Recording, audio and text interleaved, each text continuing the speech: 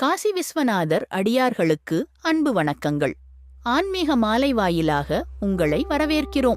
உலகின் மிக பழமையான நகரங்களில் ஒன்றான வாரணாசியின் இதயப் பகுதியில் அன்னை கங்கையின் கரையில் வீற்றிருக்கிறார் விஸ்வநாதர் எனும் அகிலாண்டேஸ்வரர்.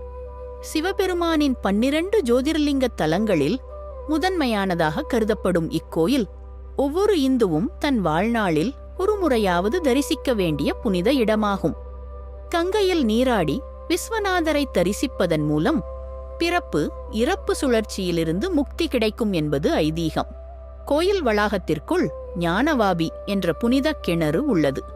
முகலாய படையெடுப்பின் போது ஜோதிர்லிங்கத்தை பாதுகாக்க முதன்மை அர்ச்சகர் அந்த புனித லிங்கத்துடன் இந்த கிணற்றுக்குள் குதித்ததாக கூறப்படுகிறது. இன்றும் இது அறிவின் கிணறு எனப் போற்றப்படுகிறது. வாரணாசி நகரம் ஒருபோதும் சிவபெருமானால் கைவிடப்படாதது என்பதால் இதற்கு அவிமுக்த க்ஷேத்திரம் என்று பெயர். இங்குள்ள லிங்கம் மிகவும் பழமையானது மற்றும் சக்தி வாய்ந்தது.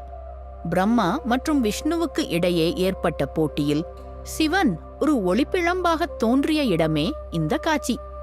தங்கக்கோபுரம் சீக்கிய பேரரசர் மகாராஜா ரஞ்சித் சிங் வழங்கிய ஒரு டன் தங்கத்தை கொண்டு இக்கோயிலின் கோபுரங்கள் மெருகூட்டப்பட்டுள்ளன.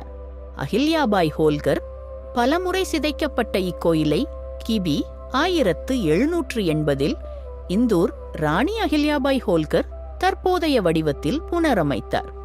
புதிய பொலிவு 2021 திறக்கப்பட்ட புதிய வழித்தடம் கங்கை நதியிலிருந்து நேரடியாக பக்தர்கள் கோயிலுக்குச் செல்ல வசதியாக அமைக்கப்பட்டுள்ளது.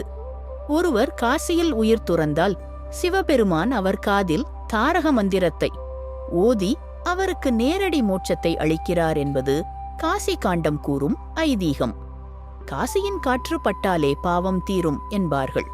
வரலாற்றின் பல அழிவுகளைக் கடந்தும் இன்றும் ஜொலிக்கும் இந்த கோயிலை ஒவ்வொரு மனிதனும் தன் வாழ்நாளில் ஒரு முறையாவது இந்த மோட்சபுரிக்குச் சென்று விஸ்வநாதரின் அருளையும் கங்கையின் அமைதியையும் நேரில் உணர வேண்டும். ஓம் நமச்சிவாய. காசி விஸ்வநாதா போற்றி. உங்களுக்கு இந்த திருத்தலத்திற்கு சென்ற அனுபவம் உண்டா? உங்கள் கருத்துக்களை கமெண்ட் பாக்ஸில் பதிவிடுங்கள்.